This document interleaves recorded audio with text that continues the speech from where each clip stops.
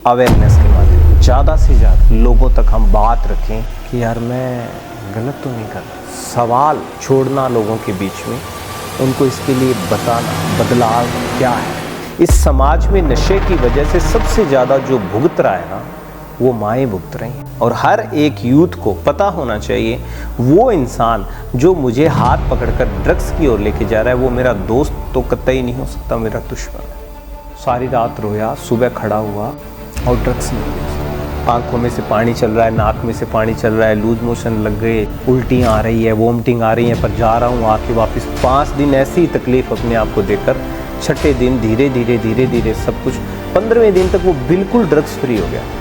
इसलिए हमें कभी भी अंदर से ये नहीं होता, हम जितनी बार प्ले करते हैं हम उतनी बार सुकून से सोते हैं, क्योंकि हमें ये होता है आज हमने कुछ 10 घर बचाए।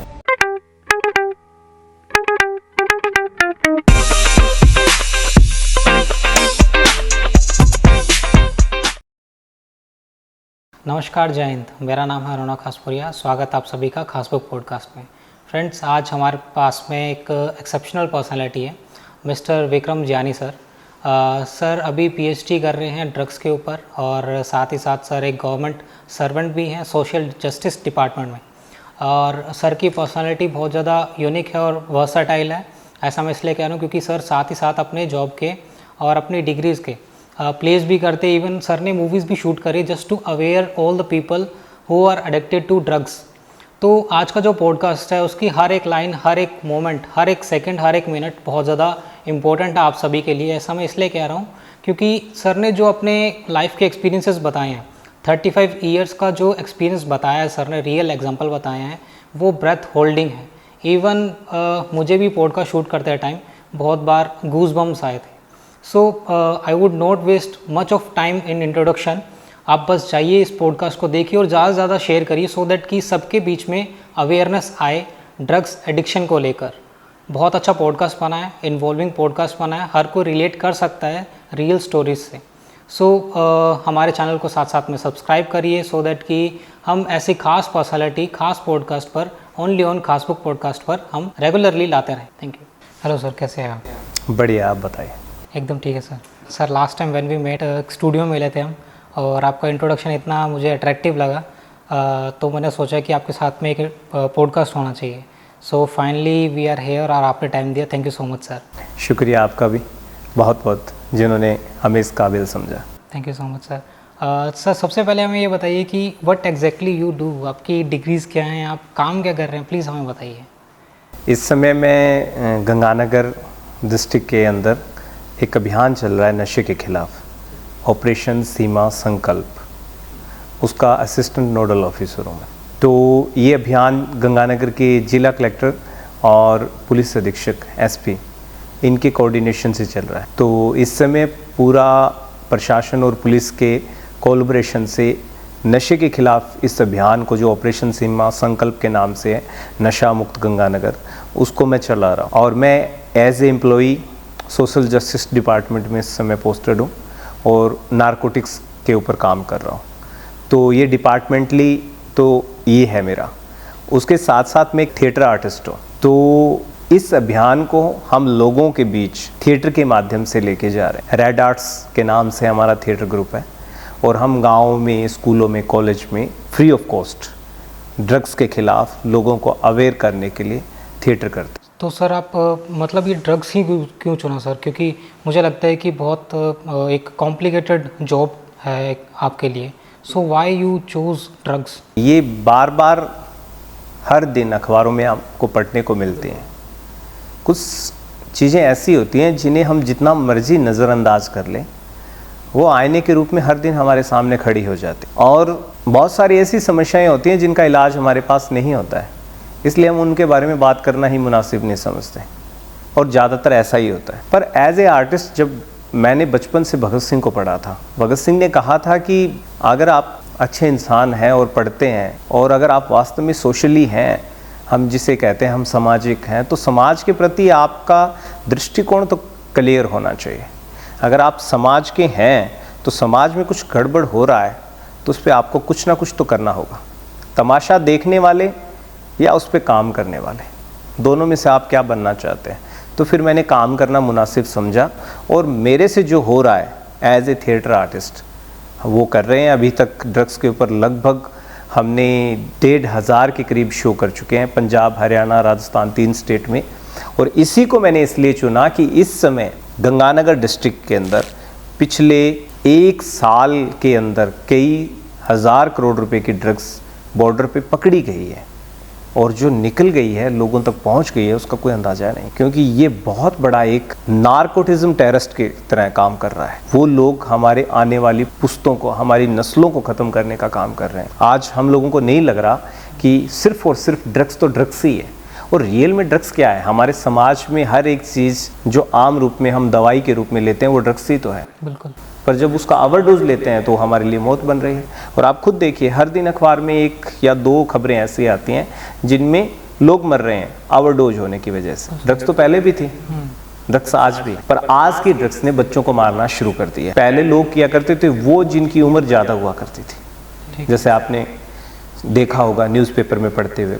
अब जो बच्चे मर रहे हैं उनकी उम्र बहुत बार तो 15, 16, 17 साल भी होती। 15 साल जी। मतलब 15 साल को मैं अपने याद करता हूँ, तब स्कूल से आते थे हम और ठीक है ट्यूशन चले गए, फ्रेंड्स के साथ में खेल लिया, ये सब ही होता था। ये सब होता था। आजकल मतलब मैं ये देख पा रहा हूँ कि टॉफ़ी चॉकलेट की तरह अवेलेबल है ड्रग्स, इसलिए वो 15 साल के बच्चे को ड्रग्स मिल रहे हैं। कभी भी अवेलेबल होने की वजह से हो रहा है ये मत सोचिए, वो अवेलेबल इसलिए है कि ये उस लेवल पे हो रहा है। आप उस मोहल्ले में चिकन की शॉप नहीं देखेंगे जहाँ लोग चिकन नहीं खाते। ये सीधा सा फंडा है, हमें समझना पड़ेगा, डिमांड एंड सप्लाई।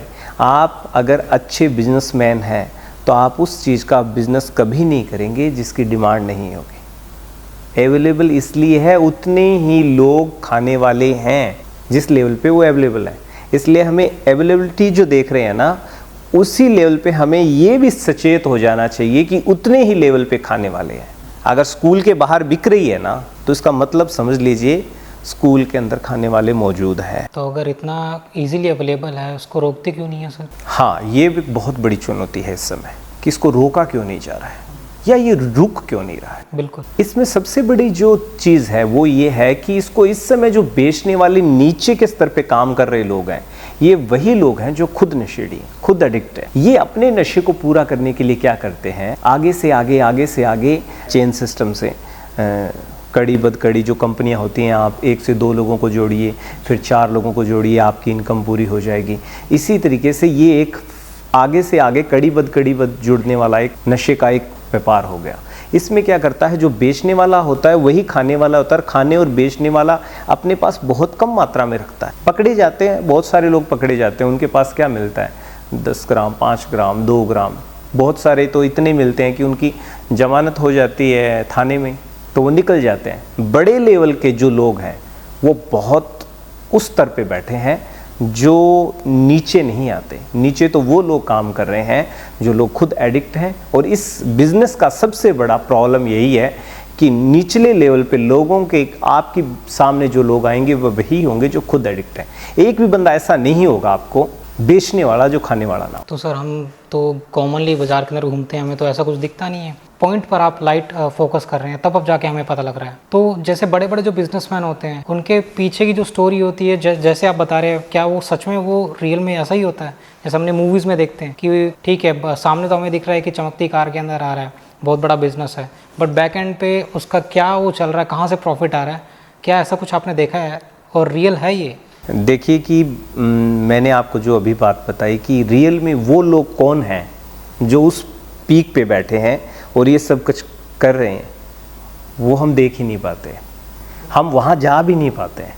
क्योंकि हमारे सामने कौन लोग बैठे हैं, हमारे सामने वो लोग बैठे हैं जो खा रहे हैं, हम उन्हीं को देख पाते हैं। क्योंकि असल में क्या है, हम उन्हीं को फेस करते हैं हर दिन, हम दूसरों को तो फेस ही नहीं करते। और वो लोग हमारी पहुंच से बहुत दूर होते हैं, बहुत ज़्यादा दूर होते हैं। हम उनके बारे में सोच भी नहीं पाते हैं असल में। तो सर ऐसे लोगों को पकड़ा नहीं जा सकता, क्योंकि शायद मुझे लग रहा है कि जितना आप बता, पकड़ा जाने वाला सिर्फ काम यहाँ नहीं करेगी चीज़ मेरे हिसाब से। और जितना मैंने सोचा है, सबसे पहले हमें इसकी डिमांड ख़त्म। आपके पास कितना ही माल क्यों ना पड़ा है, अगर मैं नहीं खाऊंगा तो आपका माल मेरे लिए कोई मायने नहीं। तो वो आपके लिए भी मायने, अगर यहाँ पर सप्लाई रहेगी तो इसका मतलब डिमांड प्रॉपर रह रही, डिमांड खत्म हो जाएगी, सप्लाई भी खत्म हो जाएगी। ये ख़त्म कैसे करें? ख़त्म ये अवेयरनेस के माध्यम, ज़्यादा से ज़्यादा लोगों तक हम बात रखें कि इस समय जो ड्रग्स चल रही है, ड्रग्स दो तरीके की थी हमारे समाज में, एक सिंथेटिक ड्रग और एक ट्रेडिशनल ड्रग। आज से पहले जो लोग नशा करते थे उस ड्रग्स को कहा जाता था ट्रेडिशनल, जिसमें शराब, गुटखा, तंबाकू, बीड़ी, जर्दा, सिगरेट, ये सब चीज़ें आती। ठीक है। ये चीज़ें क्या हमारे शरीर को नुकसान कर रही थी, हमारी कुछ धन संपदा को नुकसान कर रही थी, और पूरे इन्वायरमेंट को नुकसान इस कदर नहीं कर रही थी कि जहाँ पर ड्रग्स की वजह से या नशे की वजह से कोई मर जाए और या किसी को मार दे। गंगानगर के हालात देखिए, गंगानगर के अंदर रात को 12 बजे तक लोग बाहर घूमते थे। शहर में अगर कोई रेलवे स्टेशन पे उतरता है तो वो रात को 12 बजे भी अपने घर चला जाए। आज दिन में 12 बजे लोग ऐसी गलियों में से होकर गुजरना मुनासिब नहीं समझते कि जो उन्हें लगती हो, नहीं यार यहाँ से नहीं। तो ये हालात क्यों हुए, ये क्राइम क्यों बढ़ा, ये पैरेलल जो चला मुसीबत बनी। अकेला लिक्विड की वजह से आपने कभी देखी? हाँ, समाज के अंदर घर में महिलाओं के साथ मारपीट जो शराब की वजह से हुआ करती थी, वो एक इसका बहुत घिनौना पक्ष था। बिल्कुल सही है। पर समाज के अंदर अगर लिक्विड और इसको हम बराबर रखें, सिंथेटिक ड्रग्स को, तो आजकल तो लोग हमारे पास आते हैं जिनके बच्चे एडिक्ट हैं, वो अपने बच्चों को खुद कहते हैं तुम यार थोड़ी बहुत शराब पी लो, लिक्विड लो, अपने घर में बैठ कर लो, पर कम से कम ये गंदा नशा ना करो।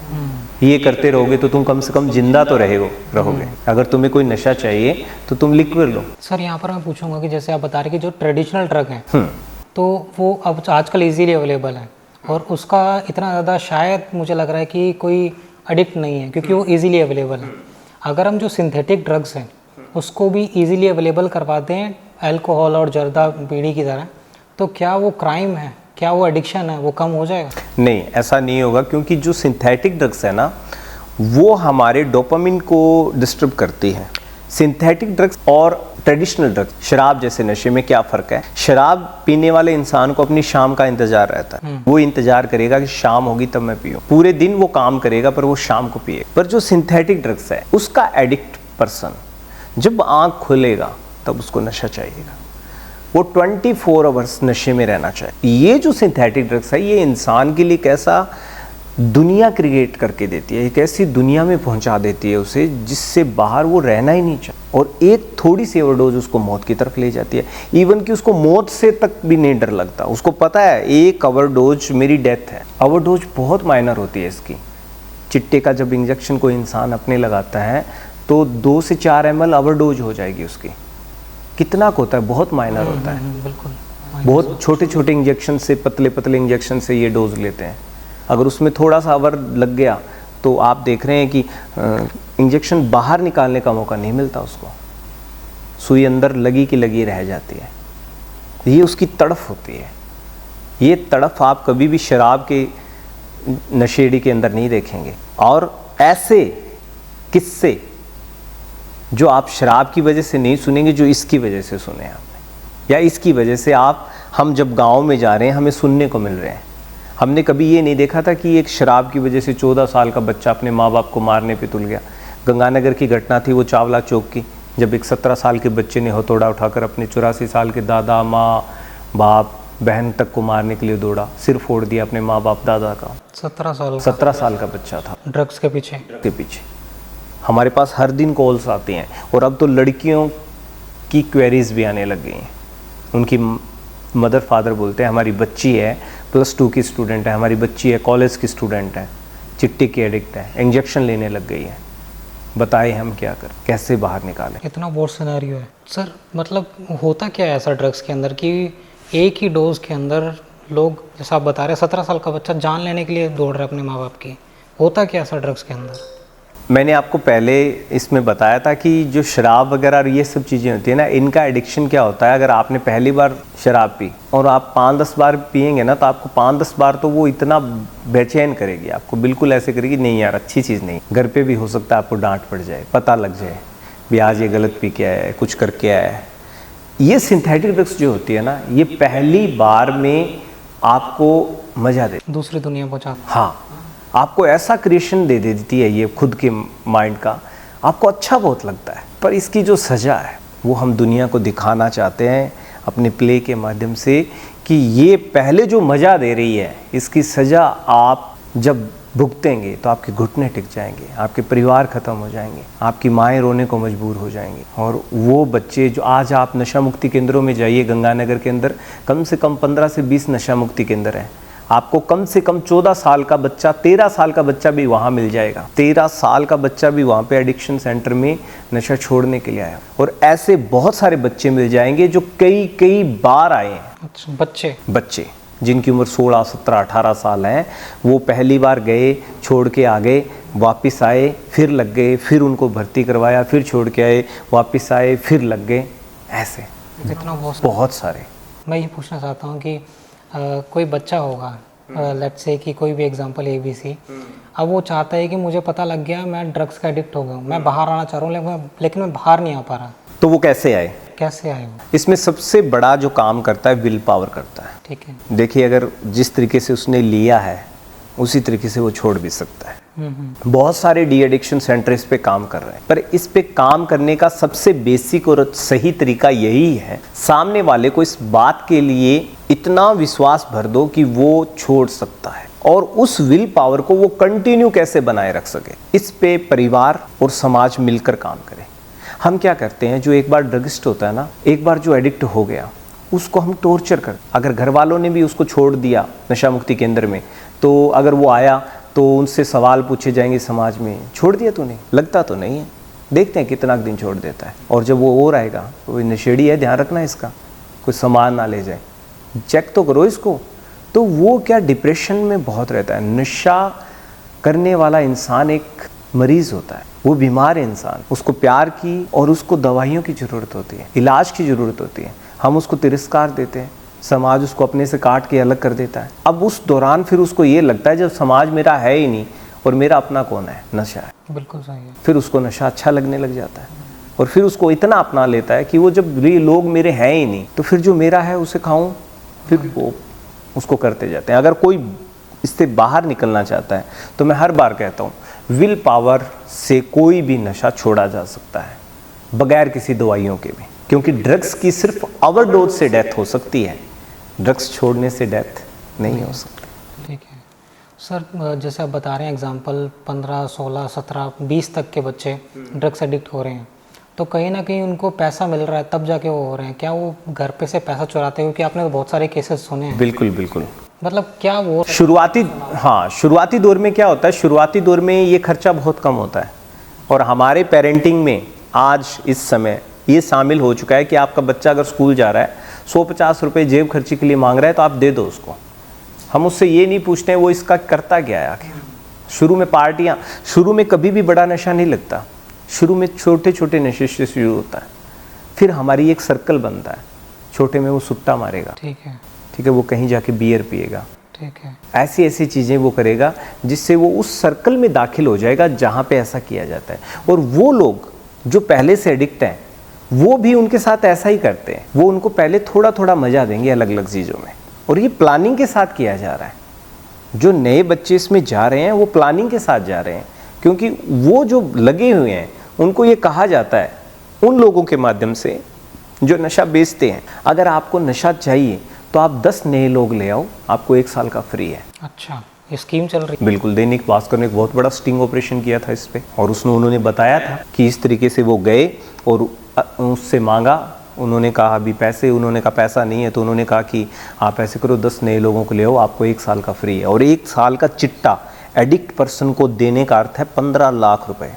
इतना महंगा होता है? इतना महंगा आता है, इतना महंगा नशा है। शुरुआत में तो थोड़े थोड़े से शुरू हो जाता है, और शुरुआत में थोड़े थोड़े से शुरू का अर्थ है कि 5, 7, 10 बार तो उसे लेना होता है, 5 बार में एडिक्ट हो जाता है बंदा फुल्ली, फिर वो 10 बार तक तो लेता है, फिर वो घर से चोरी करता है, शुरुआत अपने घर से करता है, फिर इधर उधर हाथ पैर मारता है, फिर देखते हो आप आज गंगानगर शहर के क्या हालात हैं, बाहर से मोटरें नहीं छोड़ते, एसी के कंप्रेसर नहीं छोड़ते, कुछ भी नहीं छोड़ते, टूटियाँ खोल के ले जाएंगे, आपकी बाइक ले जाएंगे। डेली देखिए आप कितने बाइक चोरी होते हैं गंगानगर। बिल्कुल सही, डेली सुनने में आता है। डेली आते हैं, साइकिलें ले जाते हैं, बाइक ले जाते हैं, चलती हुई औरतों के कानों में से बालियाँ ले जाते हैं, चेन खींच कर ले जाते हैं, घर में आके ले जाते हैं। इतना पागलपन होता है उनमें, वो ये सोचते तक नहीं है हमारा ये करते वक्त बनेगा क्या, क्योंकि उनके दिमाग में तो टक टक टक टक टक वो नशा नशा नशा नशा इतना रहता है।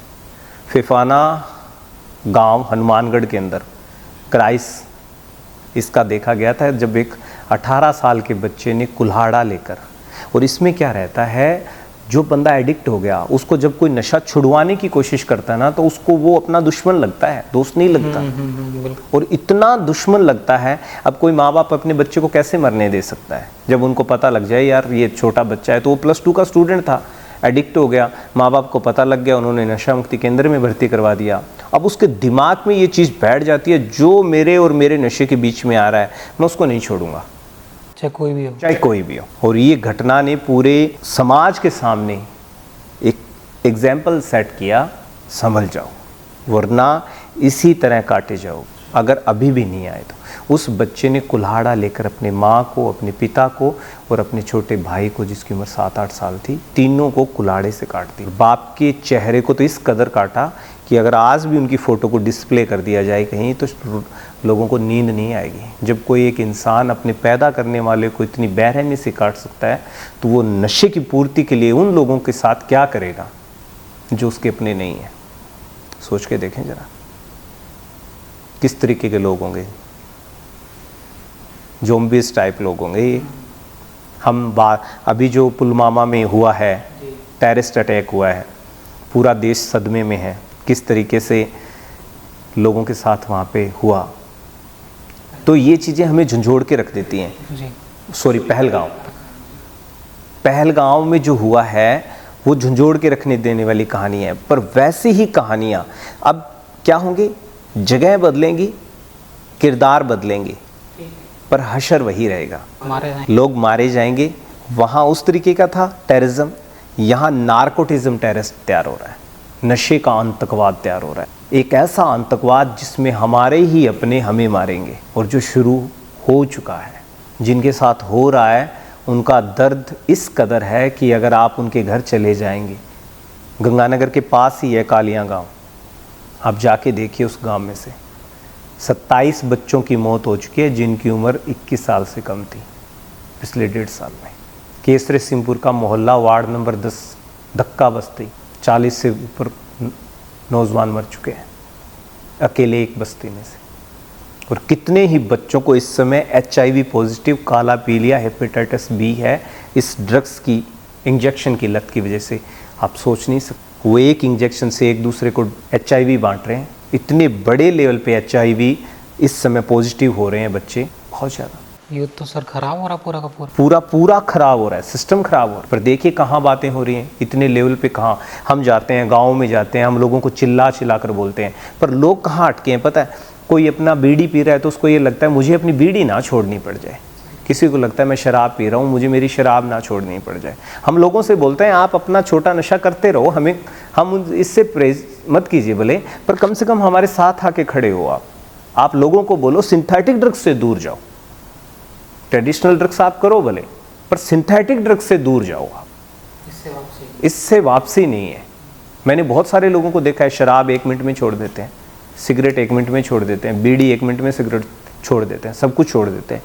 ट्रेडिशनल ड्रग्स ऐसे छोड़ी जा सकती है, पर सिंथेटिक ड्रग्स में ऐसा छोड़ना बहुत, मुझे लगता है कि उसमें ज़्यादा हेलोसिनेशन बहुत ज़्यादा होती है जी, इस वजह से उनको ज़्यादा मज़ा, हाँ उनको ज़्यादा ही मज़ा आता है, और उतना ही ज़्यादा उनको इरिटेशन मिलता है, उतनी ही ज़्यादा उनको तोड़ लगती है जब उसको छोड़ने की कोशिश कर, इसलिए वो उनको छोड़ नहीं पाते। उनको ये लगता है मर जाएंगे, ये कुछ हो जाएगा, वो हो जाएगा हमारे साथ, इसलिए वो वापस पकड़ लेते हैं, उसको छोड़ ही नहीं पाते, फिर उसकी चाहे कोई भी सज़ा हो। तो सर इसके अंदर अगर अपने क्राइम को कम करना है तो क्या ड्रग को लीगल कर देना चाहिए? क्योंकि कुछ एक कंट्रीज़ का मैं नाम लेता हूँ, जैसे USA और कनाडा, वहाँ पर वीड को लीगल कर दिया कुछ हिस्से के अंदर। वहाँ फिर देखा गया है कि जो क्राइम है वो कम हो रहा है। तो क्या ये इंडिया में पॉसिबल है, जैसे आप बता रहे, जो हालात बता रहे? देखिए, 2 चीज़ है, नशा अपराध लेता है, बढ़ाता है, कम नहीं करता। अब वो नशे के लिए तो नहीं कर रहे हैं, पर नशे में कर रहे हैं, ऐसे अपराध तो बढ़ेंगे। जैसे नशे में घर गया कोई पिता शराब पीकर, उसने अपनी पत्नी को मारा, उसने अपनी उस बच्ची को मारा। बहुत सारे ऐसे शराबी पिता होते हैं जो अपनी बच्ची तक को नहीं छोड़, वो नशे में होने की वजह से कर रहे हैं। इसलिए हम नशे को प्रमोट नहीं कर सकते, पर हम ऑथराइजली ये नहीं कह सकते ये अच्छा है ये खाओ। कोई भी नशा समाज के लिए अच्छा नहीं है, पर कुछ नशे बहुत ज़्यादा बुरे हैं, कुछ उतना नुकसान नहीं दे रहे हैं। इसलिए जो लोग दवाई के रूप में, जिनको ये लगता है मुझे नींद की एक दवाई की ज़रूरत है, तो वो लें, पर ऐसे नहीं है कि नींद की 10-10 गोलियाँ इकट्ठी खा रहे हैं, दिन में खा रहे हैं, दोपहर खा रहे हैं, रात को खा रहे हैं। और इस समय ड्रग्स क्या है? ड्रग्स हमारे दवाइयों का ओवरडोज है। मूव, ट्रामाडोल, बुफिन, एजिथ्रोमाइसिन, बहुत सारी ऐसी ड्रग्स जो हमारी रोज़मर्रा की दवाइयाँ हैं। इवन कि लोग नॉर्मल दवाइयों को भी नहीं छोड़ रहे हैं, उनको लगना चाहिए इसमें कुछ मिल रहा है, बस उसको लेना है। गांव में, गंगानगर के गांव में अगर आप जाके देखेंगे, लेबर क्लास का 60% सिंथेटिक ड्रग्स में चला गया, गोलियों में, टैबलेट्स में, पिल्स में। तो जितना कमा रहे उतना खा रहे हैं, रिजल्ट मौत। रिजल्ट मौत। वो बाप अगर आप देखोगे ना, उसका चेहरा देखोगे अगर आपको खुद रोना आ जाएगा यार। लोग, बच्चे मासूम होते हैं। मैंने पहली बार किसी के अंदर इतनी मासूमियत बाप के अंदर देखी थी। मतलब अपने बच्चों को बचाने के लिए, अपने बच्चे को बचाने के लिए बहुत ही निहायत ही शरीफ इंसान, जिसने सिर्फ इतना ही कदम उठाया था कि यार मरते हुए तो नहीं देख सकता, कोई ना कोई इलाज तो निकालो। तो किसी ने कहा छोड़ दो, उसमें बच जाएगा, तो इसने छोड़ दिया, अपने बाप को ही ख़त्म कर दिया। बाप को ख़त्म कर दिया। तो सर ऐसी तो स्टोरीज आपने बहुत देखी होंगी, क्योंकि आप तो थिएटर करते हैं अलग अलग जगह जाकर। आप मानेंगे नहीं कि बहुत सारी चीज़ें हम छुपा के रखते हैं, लोगों की पर्सनल होती हैं। नहीं तो हम एक बार एक शहर में गए थे, नाम नहीं बताऊंगा, बड़ी जल्दी स्टोरियां पकड़ी जाती हैं, फिर उनको ये लगता है आपने बता दिया। लोग हमारे आगे दुख जब अपने बताते हैं तो उनको हम अलग तरीके से फिर लोगों के सामने रखते हैं।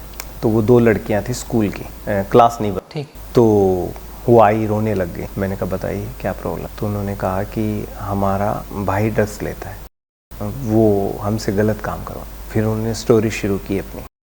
उन्होंने कहा हमारे किसी समय में घर में 5 गाड़ियाँ थी, ट्रेवलिंग उनका काम था, टैक्सी, और उनका इकलौता भाई था, और वो 2 छोटी बहनें थी, वो बड़ा भाई था, ड्रग्स में लग गया। तो ट्रैवलिंग के दौरान इधर एक गाड़ी वो चलाता था, एक पे बाप चलता था, 2-3 पे ड्राइवर रखे थे उन्होंने।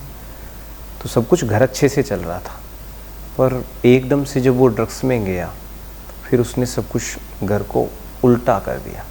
अब आज उस घर में से कुछ नहीं छोड़ा उस बंदे ने। 5 गाड़ियाँ गई, बाप अनाज मंडी में दिहाड़ी करने को मजबूर हो गया, और इतना मजबूर हो गया कि वो हार्ट फेल होकर मर गया। अब माँ बची घर में, शादी कर दी थी उससे पहले, उसकी बाप के मरने से पहले। उनको लगा कि हो सकता है ये सुधर जाए। अब वो बंदा क्या कर रहा था, अपनी वाइफ और अपनी दोनों बहनों से जिस्म फरोशी का धंधा करवा रहा था, सिर्फ ड्रग्स के लिए। वो बच्चियाँ थी, इतनी रोई कि हम किसी को बता भी नहीं सकते कि हमारे साथ क्या हो रहा है। और वो मारता है, मैं नहीं तो। अब आप सोच के देखिए उसकी वाइफ किस कंडीशन से गुजर रही होगी। बहुत डार्क असर है। तो ऐसे लोग हैं, मतलब ऐसे लोग हैं। जब इस लेवल पे बात जा रही है तो ऑब्वियसली जो गवर्नमेंट है उससे बात छुपी थोड़ी है। गवर्नमेंट तो दूर की बात है, समाज से कहाँ छुपी हुई है? सबसे पहले समाज कहाँ है? तो कोई कुछ कर क्यों नहीं रहा है? आपने सबको ऐसा लग रहा है ये उसके घर हो रहा, मेरे घर नहीं हो रहा। जब तक मेरे साथ नहीं होगा मैं एक्शन नहीं लूँगा। मैं एक्शन नहीं लूँगा। कैसे रोकें? ये हम वो कर रहे हैं कि हम लोगों के सामने लेके आए, स्टोरीज़ के माध्यम से, इनकी घरों की कहानियों के माध्यम से हम प्ले कर रहे हैं। हमारा प्ले अगर आप देखेंगे ना, तो आपको ऐसे लगेगा मैं इस प्ले में कहीं बैठा हुआ। फिर आप उसके बाद सोचते हुए जाएंगे कि यार मैं गलत तो नहीं कर रहा। सवाल छोड़ना लोगों के बीच में, उनको इसके लिए बताना बदलाव क्या है। महर्षि वाल्मीकि और डाकू वाल्मीकि दोनों इंसान एक ही थे, पर्सनैलिटियाँ 2 थी। हम हर एक इंसान में 2 पर्सनैलिटीज़ होती हैं, वो अंदर से शैतान भी होता है और अंदर से भगवान भी होता है। जिस पर्सनैलिटी को वो अपने पे हावी होने देता है वो वैसा ही बन जाता है। महर्षि कभी डाकू थे, लोगों को मारने का काम कर रहे थे। एक विचार आया, एक सवाल आया जिसने उनको जीवन को बदल के उन्हें महर्षि बना दी, जिन्होंने फिर किताबें लिखी, जिन्होंने ग्रंथ लिखे, आप सोच के देखिए एक डाकू क्या कर सकता है और जब वो बदल जाए। इसी तरीके से बदलाव जो होता है कि पीछे तेज हवा है, आगे फूस का छप्पर आपका है, इस बार मेरा नंबर है तो अगला नंबर आपका है। अगर सब ऐसा सोचेंगे तब बचेंगे। सांझी लड़ाई है, सांझी तरीके से लड़ने। 1947 में देश आज़ाद हुआ था, तो क्या हम सिर्फ 1947 में ही लड़ना शुरू नहीं किए थे? उससे पहले लड़ाई तो उससे पहले चल रही। बहुत सारे ऐसे लोग थे जो गुमनामी में ही मर गए देश के लिए, पर हर एक खून की बूंद, हर एक खून का कतरा जो देश की माटी पे देश को आज़ाद कराने के लिए गिरा था, वही था जो 1947 में लेके आया था। अगर वो नहीं होता, और आप देखिएगा आने वाले 5 सालों में जिस तरीके से ड्रग्स बढ़ रही है, गंगानगर डिस्ट्रिक्ट के अंदर लोग अपनी ज़मीनें, अपनी जायदाद बेच के जाया करेंगे, अपने बच्चों को बाहर भेज रहे हैं। आपने देखा होगा फॉरेन कंट्री, कहीं यहाँ से निकालो इनको बचाओ, कैसे मर्जी बचाओ, यहाँ से बाहर भेज दो। लोग डर के मारे कहीं और नहीं भेजने की कोशिश कर रहे हैं। अब बच्चे को अकेला नहीं छोड़ रहे हैं, घर में रह, तुम फ़ोन देख ले, सारे दिन सोशल मीडिया का एडिक्ट हो रहा है, बाहर नहीं जाना है। हालात अच्छे नहीं हैं। ये हालात मैंने देखे थे उस समय जब मैं J&K के सोपोर एरिया में बीएड कर रहा था 2004-05 में। उस समय नाइट के अंदर वहाँ पे बाहर निकलना बंद हुआ करता था। 6 बजे के बाद ब्लैकआउट हो जाया करता था। टेररिज्म का बहुत बुरा दौर था उस समय। 10-11 साल पुरानी बात बता रहे हैं, अब तो और ज़्यादा एडवांस हो गया। हाँ, बहुत 10 साल नहीं, मैं 2004-05 सॉरी 4-5 20 साल के हैं। 20 साल पुरानी बात कर रहा हूँ। उस समय वहाँ रात को बाहर नहीं निकलने देते थे। वो हालात हमारे यहाँ पैदा हो रहे हैं। हर एक अच्छा इंसान आज अपनी, ये गंगानगर शहर रात को 12 बजे तक खुला रहता था। आपने बिहानी स्कूल के पास अगर एक पार्लर लूटा गया था, आइसक्रीम पार्लर, आपको पता हो तो पिछले साल, वो आइसक्रीम पार्लर लूटने वाले दोनों ड्रग्स के एडिक्ट थे और अच्छे घरों से थे। नकली पिस्टल लेके आए हैं, वहाँ उनके लगाया है, उससे सामान ले लिया है। वो नहीं जान पाए कि हम बाइक के नंबरों से पकड़े जाएंगे, कैमरा में हम आ रहे हैं, हम पकड़े जाएंगे, पर उनको ये था ड्रग्स लेना है।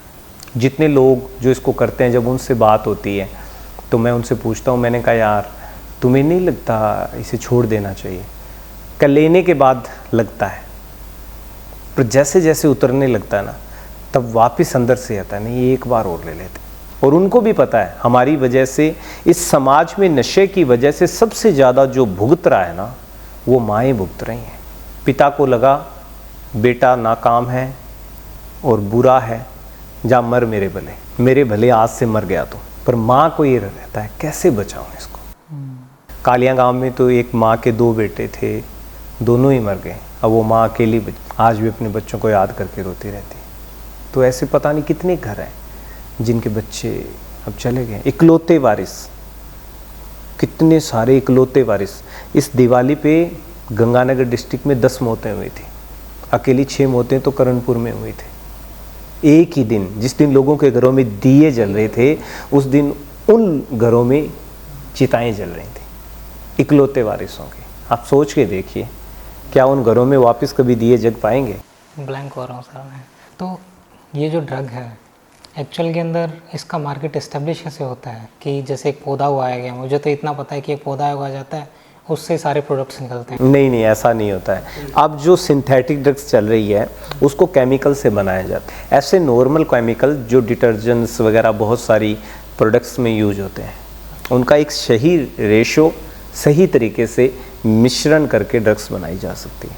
ठीक है। और ये कुछ नाइजीरियन भी पकड़े गए थे, और दिल्ली में तो एक पूरी नाइजीरियन की कॉलोनी बन चुकी थी, वहाँ पे बहुत बड़ी छापामारी हुई थी। समुद्र के रास्ते से बहुत बड़ी ड्रग्स की मात्राएं पकड़ी गई थी और कंटिन्यू पकड़ी भी जा रही हैं, पर इनको असेंबल करके बनाना बहुत आसान हो गया अब। अच्छा। तो और ये ड्रग्स इतनी खतरनाक है कि ये मतलब इतना गजब का मज़ा देती है। अब आज के टाइम में हर किसी को मज़ा चाहिए, चिल करना है यार, लाइफ को चिल करना है, एंजॉय कर, मस्ती कर। बहुत हो गया यार, बर्डन हो गया है, दबाव में, जिम्मेदारियां दबाव बन चुकी हैं, समाज का जो ढांचा है वो उनके लिए परेशानी बन चुका है, रिश्ते उनके लिए दबाव बन चुके हैं। तो वो फिर उसको ये लगता है कि नहीं यार, आज़ाद होना है। और आज़ादी का मतलब, एंजॉय का मतलब ड्रग्स। तो सर ये जो मैंने वर्ड सुने हैं, कोकेन, हेरोइन, वीड, चिट्टा, ये इनमें डिफरेंस क्या होता है और ये बनते कैसे हैं सर? ये एक्चुअली में क्या, ये बड़ा एक अलग तरीके का सवाल है आपका, जो कि असेंबलिंग और उसके बनाने के तरीके से जुड़ा हुआ है। तो ये हम डायरेक्ट इस तरीके से नहीं बता सकते कि ये कैसे बनता है, पर ये इतना है, जिस ड्रग्स को हम सिंथेटिक ड्रग्स, एमडी ड्रग्स कह रहे हैं या उस तरीके से जुड़ी हुई, ये केमिकल रिएक्शन से बनते हैं। ठीक है। जैसे आपने कोकीन का नाम लिया, अफीम का नाम लिया। अफीम आपको पता है एक पौधे से मिलती, अफीम का पौधा उगाया जाता है, उसमें से निकलती है, पोस्ट है, उसी पौधे का जो अफीम का रस निकल जाता है तो अफीम निकल जाती है, उससे बचा हुआ चूरा पोस्ट बन जाता है, जिसे कचरा बोलते हैं। अफीम के पौधे का कचरा पोस्ट होता है। ठीक है, कोकीन, ये सब चीज़ें, मतलब ये जो ड्रग्स हैं इनके सबके अलग अलग फार्मूलेज हैं, सब अलग तरीके से हैं, पर हशर एक ही है, addiction and death. Addiction and death. तो सर इसमें से सबसे महंगा कौन सा और कितने मतलब ग्राम के हिसाब से मिलता है शायद ये? सबसे महंगा हीरोइन है। क्या कॉस्ट है सर? हीरोइन की अपने यहाँ की मार्केट वैल्यू के हिसाब से देखें तो 4.5-5 करोड़ रुपए पर केजी है। पर केजी? पर केजी। और प्रोडक्शन कॉस्ट? प्रोडक्शन कॉस्ट नहीं बता सकता। ठीक है।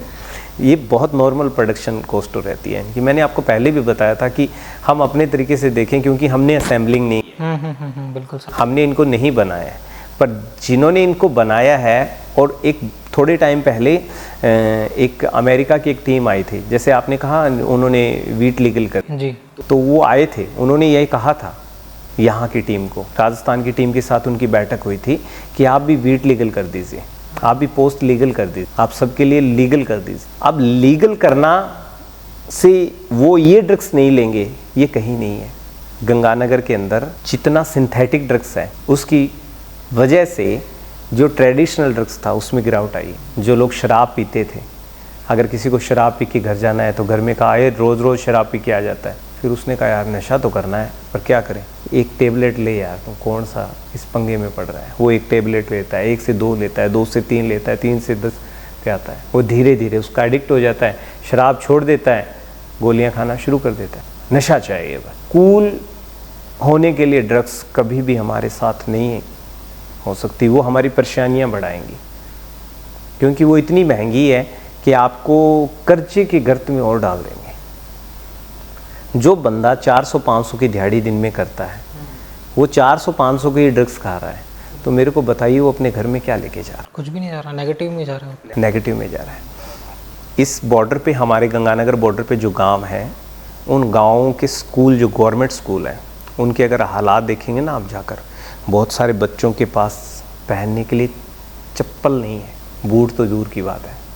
मैं किसी स्कूल में गया था, नाम नहीं लूँगा, तो उनके हेडमास्टर ने बताया कि हमारे स्कूल में कोई नए टीचर आए, तो उन्होंने कहा कि कल से वो बच्चे प्रेयर में नहीं आएंगे जिनके बूट नहीं होंगे। अगले दिन 60% बच्चे प्रेयर में नहीं। तो उन्होंने सोचा कि इतने बच्चे कहाँ गए, तो उन्होंने देखा वो बाहर खड़े हैं पीछे। तब हेडमास्टर जी ने उन सभी बच्चों को अंदर बुलाया, उन टीचर से पूछा आपने इनको क्यों रोका?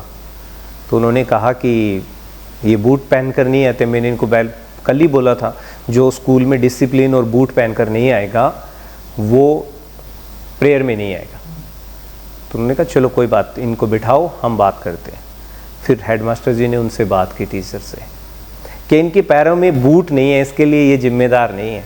इनके पैरों में बूट न तो कल थे, न आज है, न आने वाले कल को होंगे, क्योंकि इनके लिए जो जिम्मेदार है ना, वो अपनी आदतें नहीं बदल। वो नशा था जिसकी वजह से उनका काम करने वाला इंसान, उनके घर का मुखिया, जिसकी जिम्मेदारी थी कि उनके पैरों में बूट हो, उसको अपनी उस जिम्मेदारी से ज़्यादा अच्छा उसका नशा लगता था। इसकी वजह से वो बच्चे हर दिन बगैर बूट स्कूल आते थे। और बच्चियाँ सुबह सुबह प्रेयर में बेहोश हो जाया करती थी कि बेटा तुम खाली पेट क्यों आती हो, कुछ खाकर क्यों नहीं आती। तो वो बच्चियाँ कह तक नहीं पाती थी कि हम अब नहीं, हम रात की भूखी हैं। अच्छा, हम तो स्कूल में इसलिए आई हैं कि अब पोषाहार मिलेगा और कुछ पेट में जाएगा। अच्छा, ये सिनारियो चल रहा है सोसाइटी के अंदर जी, और वो भी लेबर क्लास लोग। लेबर क्लास लोग हैं। तो सर ये जो नशा है, एडिक्शन है, ये सिर्फ लेबर क्लास तक ही लिमिटेड है या फिर हाई क्लास के लोग? ये सब जगह अलग अलग तरीके से पहुंचा है। आपको बताया, जो लेबर क्लास का बंदा है वो गोलियां खा रहा है। अच्छा, जो उससे हाई है वो स्मैक ले रहा है, चिट्टा ले रहा है, उससे ऊपर है वो हीरोइन ले रहा है। ठीक है। आपने देखा था एलविश यादव का एक कुछ हुआ था, सांप का जहर पकड़ा गया था, ठीक है। तो ऐसे बड़ी सोसाइटीज़ हैं, वहाँ पे अलग तरीके के बड़े नशे हैं। हमारे समाज ने इस समय ड्रग्स को प्रमोट ही किया है। जितनी शादियाँ देख लीजिए, जितनी ही मृत्यु भोज देख लीजिए, बहुत सारे ऐसे जगह हो गई जहाँ पर सजाया जाता है, इसको परोसा जाता है, बड़ी रॉयल्टी के साथ परोसा जाता है। और जिस समाज में सिंबल बन जाए ड्रग्स की ये सुखद होने का प्रतीक है, वहाँ इसका कम होना, बंद होना कल्पना ही है। सर जैसे कि बिजनेसमैन वगैरह हम देखते हैं, मूवीज़ के अंदर देखते हैं, शायद ये रियल भी होता होगा कि कोई सो पर्सन आया और उसने ड्रग्स लिया, उसके बाद फिर वो काम करना लगा और वो प्रोडक्टिव काम कर रहा है अपनी कंपनी को, जिसके नीचे 2-3 हज़ार लोग काम कर रहे हैं और उसकी जो कंपनी वो प्रॉफिट के अंदर रन हो रही है। तो क्या ये सही है लेना या फिर नहीं है? देखिए सर, एक बहुत बड़ी कंपनी में अगर कोई बंदा बैठकर एक गिलास में थोड़ी सी डालकर लिक्विड पी के अपना काम अच्छे से कर रहा है, तो उसका मैसेज उस खेत में काम करने वाले इंसान को नहीं लेना चाहिए जिसके घर में अभी भी रोटी पकी है, क्योंकि वो रात को आटा लेकर आया। वो एक कंपनी है, वो एक घर है। वो कंपनी चल सकती है क्योंकि उसका जो काम करने वाला इंसान है या जो एम्प्लॉई है, वो इतना सा लिक्विड लेकर मैसेज कर रहा है कि मैं अब कूल हूँ और मैं एनर्जी से काम कर रहा हूँ। प्रोडक्टिव होने के लिए हमारी बॉडी एनर्जिक हो तब तो बनती है बात, पर अगर हमारी बॉडी अनकॉन्शियस होकर प्रोडक्टिव हो, ये कभी नहीं हो सकता। ड्रग्स आपको अनकॉन्शियस करती है, प्रोडक्टिव कभी नहीं करती। एक्सीडेंट ड्रग्स की वजह से, घर में मारपीट ड्रग्स की वजह से, जितने रेप होते हैं उन रेप में 80% ड्रग्स की वजह से। जैसे आपने रेप का नाम लिया, तो कोलकाता के अंदर जो केस हुआ था, क्या? हाँ बिल्कुल, आप देख लीजिए, गहराई में जाएंगे आपको मिलेगा। ड्रग्स की वजह से? ड्रग्स की वजह से। अगर सर ड्रग्स को बिल्कुल हटा दिया गया सोसाइटी से और अवेलेबल ही नहीं है, तब क्या सिनेरियो बनेगा? मैं तो कहता हूँ अगर इसके लिए सिंथेटिक ड्रग्स को ही निकाल दिया जाए, हाँ मतलब सिंथेटिक ड्रग को निकाल दिया, बहुत कमाल का रहेगा। आप जाके देखिए, आज से 20 साल पहले चले जाइए सिर्फ। लेकिन सर उनका क्या होगा जिनको बहुत ज़्यादा एडिक्शन है, तड़पने लग जाएंगे वो तो। हाँ देखिए, अभी तड़पने लग जाएंगे, मरना तो उनको है ही है, चाहे करके मर जाएं बिन करें या फिर छोड़कर लोगों के लिए आइडियल बने। कोई आपने जैसे सिनेरियो देखा है जो बहुत ज़्यादा डूबा हुआ था ड्रग्स के अंदर और फिर उसने छोड़ दिया? हाँ, और वो आइडल बन गया लोगों के लिए? हाँ है। प्लीज़ ऐसी स्टोरी बताओ। नाम नहीं बता। हाँ बिल्कुल बिल्कुल सर। एक बंदा अपने यहाँ का है, ठीक। तो वो चंडीगढ़ यूनिवर्सिटी में एडमिशन हुआ, वहाँ पे स्टडी करने लगा। उसकी फैमिली बड़ी समाज में अच्छा नाम रखती है अपना। उसके दादा भी चौधरी थे, उसके पिताजी भी अच्छे चौधरी थे, गांव के सरपंच लंबरदार तक रहे।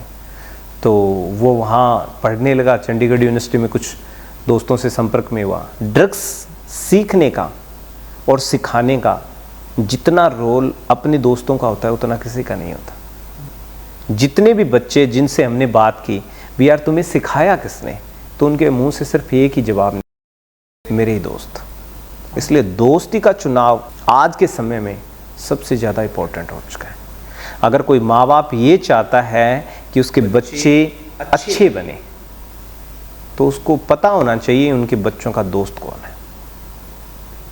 और हर एक यूथ को पता होना चाहिए वो इंसान जो मुझे हाथ पकड़कर ड्रग्स की ओर लेके जा रहा है, वो मेरा दोस्त तो कतई नहीं हो सकता, मेरा दुश्मन है। उस बंदे को ड्रग्स की ओर ले गए, घर वालों को पता लग गया, घर वाले उसको वापस ले आए, कुछ 6 महीने घर के अंदर बंद करके रखा, पर उसके दिमाग में वो चीज़ चलती रही। फिर उसको 2-3 एडिक्शन सेंटर में भर्ती करवाया। वो जब बाहर आता फिर लग जाता। वो क्या करता था, नोट के ऊपर पिया करता था ड्रग्स को। स्मैक जो होती है उसको नोट पे ऐसे बनाया, नीचे से नोट के ऊपर नीचे से लाइटर से जलाना और ऊपर से जो धुआं उठता था उसको लेना। ये उसका स्टाइल था। अब चाहे वो नोट 5 का हो 10 का हो, पर उसने लेना नोट पे ही है। घर पे ले आए उसको, शादी कर दी उसकी, भी हो सकता है सुधर जाए। अब उसकी वाइफ को पता लग गया, और नई नई शादी हुई थी। वाइफ ने अपने घर वालों को बताया भी इस तरीके से लड़का ड्रग्स लेता है। तो घर वालों को बड़ा झटका लगा। घर वालों ने कहा कि हम नहीं बेटी को रखेंगे या हम लेके जाएंगे। तो उन लड़के वालों ने कहा ऐसे मत कीजिए, हम सब मिलकर इसको बाहर निकालेंगे। तो लड़की को भी लगा यार कोशिश करके देखते हैं। अब लड़की ने कोशिश की उसको बाहर निकालने की, इतने में वो प्रेग्नेंट हो गई, उसके बच्चा होने को हुआ। अब जब ये सब कुछ हो गया तो वो वैसे भी छोड़ के जाने के लिए उसको अच्छा नहीं लगा भी मैं अपने बच्चे को कहाँ छोड़ कर जाऊँगी।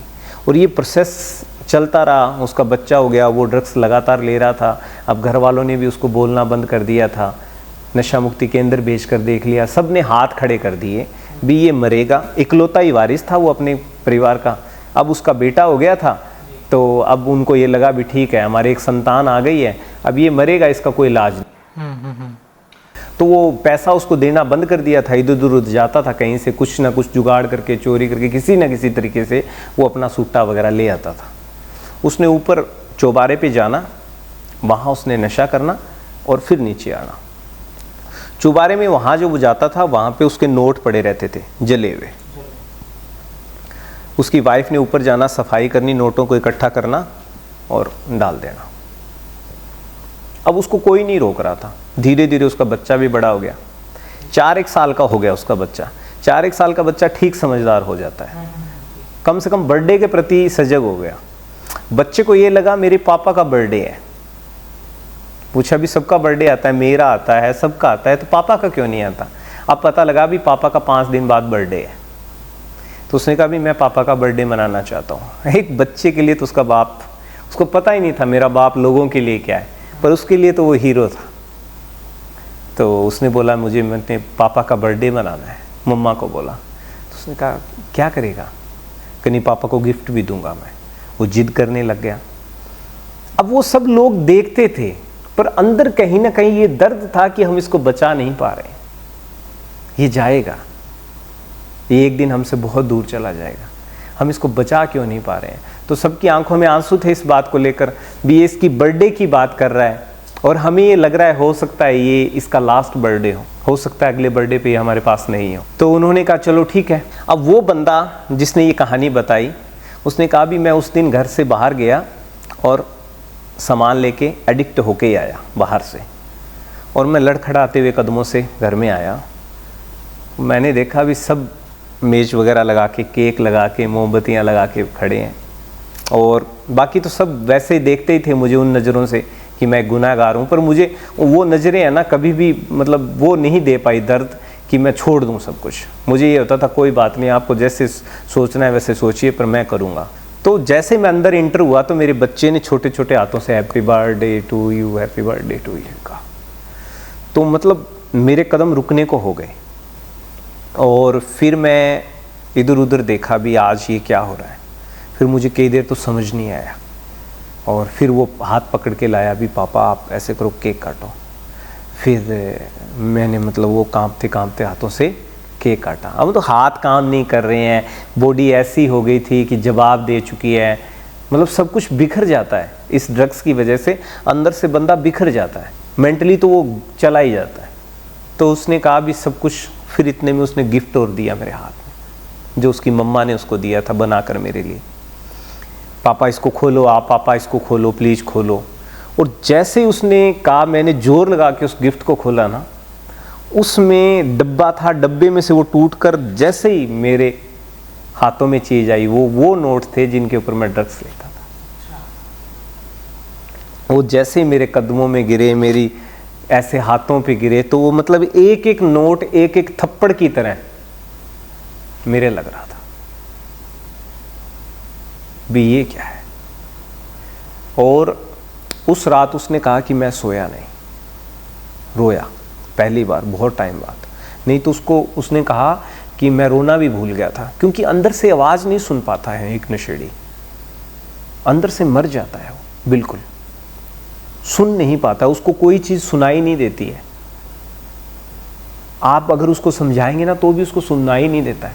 पर वो जो नोटों की गिरने की आवाज़ थी ना, वो भी उसके कानों में थक थक लग रही थी, सारी रात रोया, सुबह खड़ा हुआ और ड्रग्स नहीं ली उसने। उस दिन नहाया और जाके पाठ करने लग गया जपजी साहब का। थोड़ी देर बाद हालात ख़राब होने लगे क्योंकि वो एडिक्टेड था। अब उसकी बॉडी ने अपना काम करना शुरू किया। आंखों में से पानी चल रहा है, नाक में से पानी चल रहा है, लूज मोशन लग गए, उल्टियाँ आ रही है, वोमिटिंग आ रही है, पर जा रहा हूँ आके वापस बैठ रहा हूँ, जा रहा हूँ वापस ना के आके बैठ रहा हूँ। घर वालों को लग रहा है भी ये क्या हो रहा है। फिर घर वालों ने कहा तू थोड़ा बहुत ले ले अगर तेरा शरीर कह रहा है तो। उसने कहा नहीं, या तो मौत या ड्रग्स फ्री। आप मानेंगे नहीं, उस बंदे ने बिना किसी दवाई के 5 दिन ऐसी तकलीफ अपने आप को देकर, छठे दिन धीरे धीरे सब कुछ, 15वें दिन तक वो बिल्कुल ड्रग्स फ्री हो गया। और आज 7 साल हो गए वो अपने परिवार को संभाल रहा है। अपने परिवार की जो चौधर थी वो उसने अपने हाथ में ली है। आज जो इज्जत उसकी जा रही थी उसको वापस उसने बांधा है। आज वापस वो अपने बच्चे का हीरो है। बिल्कुल सही सर, जैसे आपने स्टार्टिंग में ही कहा था कि विल पावर, और वो कहता है ये सब कुछ हुआ विल पावर की वजह से। बदलाव, ऐसे ही बदलाव के लिए हम घूमते हैं। सर नेक्स्ट हम ये जानना चाहते हैं कि जैसे भी अब हम आए थे तो आपने बताया था कि आपकी जो गुड़िया है वो भी आपके साथ में प्ले करती है और वो बहुत छोटी है, और साथ ही साथ आप उन लाइव एग्जाम्पल के साथ में डील कर रहे हैं जो जैसा कि आप हमें बता रहे हैं। हमें तो यहीं बैठे बैठे ही गूज बम्स आ रहे हैं और ब्रेथ होल्डिंग आप चीज़ बता रहे हैं, इंसिडेंट्स बता रहे हैं, लाइव इंसिडेंट्स बता रहे हैं। आपने तो जाके वो देखा है, आप एक सोसाइटी के लिए स्पॉन्ज बने हुए हैं, तो खुद को एक डिटॉक्स कैसे कर रहे हो? और आपकी गुड़िया है साथ में, उनका क्या रोल रहता है सर आपके प्लेस के अंदर? मैंने जब थिएटर की पढ़ाई की थी तब हमने एक स्किल सीखी थी, स्विच ऑन स्विच ऑफ। वो ये सिखाती है हालात में जाना और हालात से बाहर निकलना। जब हम प्ले करते हैं तब हम प्ले में रोते हैं बगैर ग्लिसरीन के, आंखों में बगैर कुछ डाले। मेरी बच्ची भी 550 बार अगर प्ले किया है तो वो आंखों में ग्लिसरीन नहीं डालती, वो ओरिजिनल रोती है। और ये सवाल उसने उस समय किया था जब उसका पहला प्ले था, जब जो हमारी उस समय की अच्छी कलाकार थी जो मेरी वाइफ का रोल कर रही थी, उसके हाथों में मैंने ग्लिसरीन दिया कि जब आप स्टेज पे आएंगे तब आप आंखों में लगा के आइएगा ताकि आंसू टपक रहे हों। मैंने आज तक ग्लिसरीन नहीं लगाया कभी भी आंखों में। तो मेरी बच्ची को भी मैंने देना, तो उसने कहा मुझे क्यों दे रहे हो पापा? मैंने कहा इससे आंखों में आंसू आएंगे। तो उसने कहा आप क्यों नहीं ले रहे फिर? मैंने कहा मैं महसूस करता हूँ ये सब चीज़ें। तो उसने कहा मैं भी महसूस किया करूँगी, और स्टेज पे आ गई। और मैं हैरान रह गया, जो एक्टिंग का स्किल सीखने में मुझे कई साल लग गए थे, वो अपने दूसरे शो में ऑन स्टेज आकर ओरिजिनल रो रही है मेरे सामने, और मैं उसको देख के रो रहा था। और फिर जो आपने चीज़ बताई वो मेरे साथ हुआ। मुझे तो समझ थी इस चीज़ की, वो स्टेज के पीछे जाके भी घंटे रोती रहती, क्योंकि वो फील क्या करती कि मैं रियल में उसका पिता हूँ और मर गया हूँ। वो मुझसे पूछा आप फील कैसे करते हो?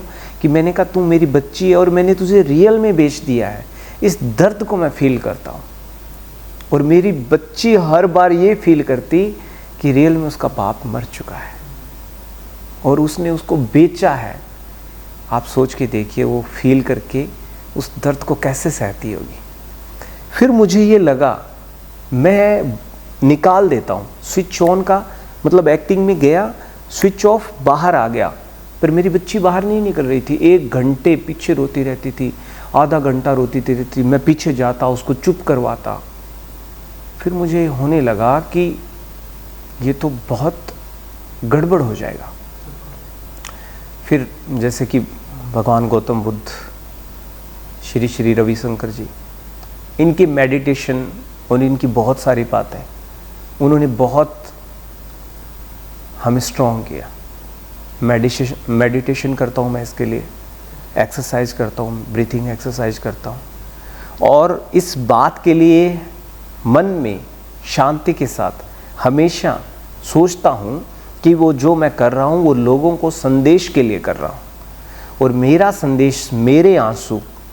आज मैं एक बाप अपनी बच्ची को 500 बार हंसा नहीं सकता पूरे जीवन में, और मैंने 5 सालों में उसे 550 बार रुला दी, पर उसका गिरा हुआ हर एक आंसू आने वाली नस्लों में खुशियाँ लेकर आएगा।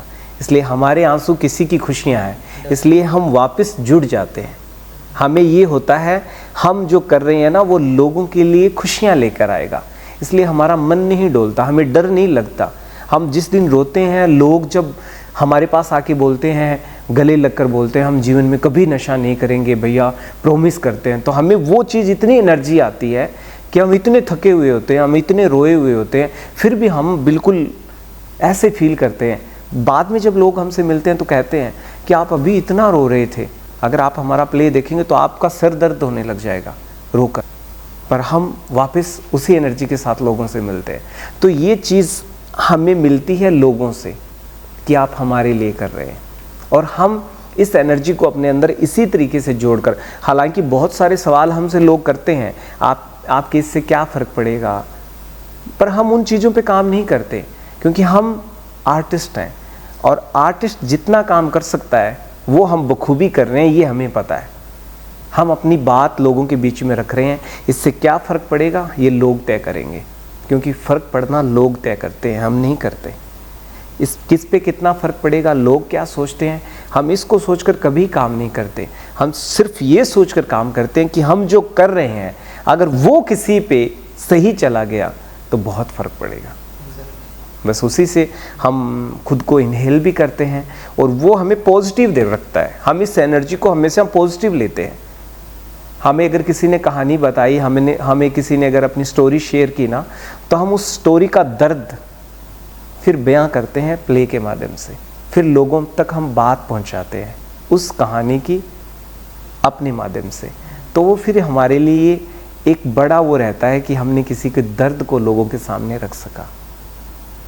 इसलिए हमें कभी भी अंदर से ये नहीं होता, हम जितनी बार प्ले करते हैं हम उतनी बार सुकून से सोते हैं, क्योंकि हमें ये होता है आज हमने कुछ 10 घर बचाए हैं। ग्रेट सर, काफ़ी मज़ा आ रहा है सर से बात करने में, बट ऑलमोस्ट हर एक एस्पेक्ट को हमने टच कर लिया है, और सर के जो लाइव एग्जांपल हैं हमने उनको भी टच कर लिया है। और ऑब्वियसली जो सिनेरियो बाहर चल रहा है यूथ के साथ में, जो लाइव एग्जांपल है सर ने बहुत अच्छे से हमें बता दिया। सो जो भी इस पॉडकास्ट को देखेगा they will say no to the drugs. And thank you so much sir, आपने इतने सारे अपने एक्सपीरियंसेस को बताया और हमें इतना टाइम दिया।